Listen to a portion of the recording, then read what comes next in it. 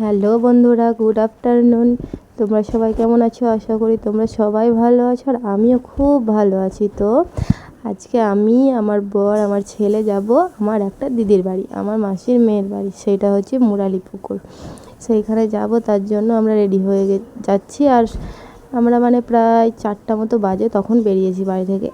এত রৌদ্র বাইরে, কিন্তু আমাদের যেতে হবে, কারণ সন্ধ্যাবেলায় প্রায় 6টা, সাড়ে 6টা কিংবা 7টার মধ্যে আমাদের বাড়িতে মিস্ত্রি লাগানো ছিল। তো মিস্ত্রির কাজ কমপ্লিট হয়ে গেছে। তো খাটটা ভরবো, খাট এখন আবার ঘরের মধ্যে ভরতে হবে সব কিছু। তো তার জন্য খাটটা ফিটিংস করার জন্য মিস্ত্রি আসবে, তার জন্য আমাদেরকে আবার তাড়াতাড়ি চলে আসতে হবে।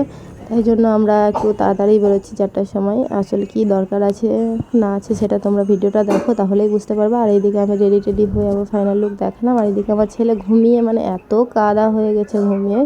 ওকে বলছি তাহলে তোকে যেতে হবে না, তুই থাক। কিন্তু ও যাবেও, যেতে হবে না বলেছি তাই কেমন কান্না করছে। ও যাবেও আবার ঘুমাবেও, এরকম অবস্থা। তারপরে শেষমেশ আমার বর, আমার ছেলে বেরিয়ে পড়েছি। আর ওইদিকে আমার বর গাড়ি নিয়ে দাঁড়িয়ে আছে, আর আমার ছেলে। ফাইনালি আমরা বেরিয়ে পড়েছি। দেখছো চারিদিকে সবুজ ঘেরা পথ দিয়ে আমরা যাচ্ছি। আর এই পথ দেখে মনে হচ্ছে একটা গান, এই পথ যদি না শেষ হয় তবে কেমন হতো তুমি বলো তো, এই গানটাই মনে পড়ছিল। তারপরে দেখো আমার ছেলে গাড়িতে উঠেও কেমন ঘুমাচ্ছে। আর এইদিকে আমার তো খুব ফুরফুর লাগছে, কারণ যাব আমার দিদির বাড়ি বেড়াতে। তো সবারই সেইটা হয়, নিজস্ব কারো বাড়ি ঘুরতে কিংবা বেড়াতে গেলে নিজের একটু মনে আলাদাই একটা আনন্দ আসে। তারপরে এই যে রেলগেটের কাছাকাছি চলে এসেছি। আর দেখবে রেলগেটের কাছে গিয়ে দেখবো রেলগেট পড়ে আছে। তো কি করব, আর এত গরমে রোদ্রে কোথাও দাঁড়াতেও ইচ্ছে করছে না। গাড়িটা চলছে যখন তখন একটু হাওয়া লাগছে, দাঁড়াচ্ছি তখন পুরো ঘেমে স্নান হয়ে যাচ্ছি। তো কিছু করার নাই, উপায় নেই, এখানে দাঁড়াতেই হবে, ট্রেন যাচ্ছে বলে। তো এইদিকে ট্রেনটা যাচ্ছে, আর আমি এখানে বসে বসে একটু ভিডিওটা করে নিচ্ছিলাম। তো আমি যাব আমার মাসির মেয়ের বাড়ি। তো আমার বাড়ি থেকে প্রায় আধ ঘন্টা মতো লাগে, 30 মিনিট মতো লাগবে।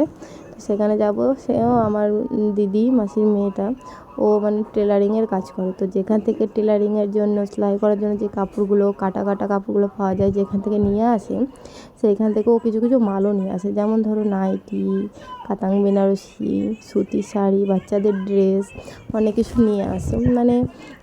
ও আমার জামাইবুটা মাস্টার, হ্যাঁ। তো ও তার ছাত্ররা আসে তার কাছে পড়তে, টিউশনে পড়তে কিংবা সেলাই শিখতে, তারাই হয়তো কিনে নেয়। ব্লাউজ অনেক কিছুই বিক্রি করে এখন। তো আমি তার কাছে যাচ্ছি নাইটি কেনার জন্য, নাইটি কিনবো আর ব্লাউজ কিনবো, তার জন্য যাচ্ছি। তো ফাইনালি রেলগেট পার করে আমরা মেন রোডের দিকে উঠছি। তো দেখো এই যে মেন রোডে উঠবো এবার। তো তার কাছে আমি সেই নাইটি কেনার জন্য যাচ্ছি, কারণ নিজের দিদি, একটু কম সময় পেয়ে নেব, বুঝতেই তো পারছো, সেই জন্যই যাচ্ছি আরও। তো দেখো এই মেন রোডে উঠে গেছি, আর কত বড় বড় গাড়ি দেখতে পাচ্ছি। আর আমার ছেলে কিন্তু এইদিকে ঘুমিয়েই আছে, হ্যাঁ। তো কী সুন্দর চারিদিকটা সবুজ, আর মেঘলা মেঘলা আকাশ, দেখতে দারুণ লাগছে। কিন্তু মেঘলা আকাশ হলেও কিন্তু রৌদ্র প্রচুর ছিল। তুমি আমাদের মুখটা দেখলেই বুঝতে পারবে মুখে কত রৌদ্রের ছটা পড়ছিল। এই যে দেখো মুখটা দেখেই বোঝা যাচ্ছে মুখে রৌদ্রের ছটা কতটা পড়ছিল। আর এইদিকে আমার ছেলে মাঝখানে বসে আছে, গাড়িটা চলছে বলে একটু হাওয়া দিচ্ছে ফুরফুরে, তো ভালো লাগছে হাওয়াটা। আর চারিদিকটা দেখো কি সুন্দর, চারিদিক সবুজ আর সবুজ হয়ে আছে। দেখতে কিন্তু আমাকে খুব ভালো লাগে, এই সবুজ ঘেরা মাঠ কিংবা রাস্তা, সব কিছু ভালো লাগে আমার দেখতে।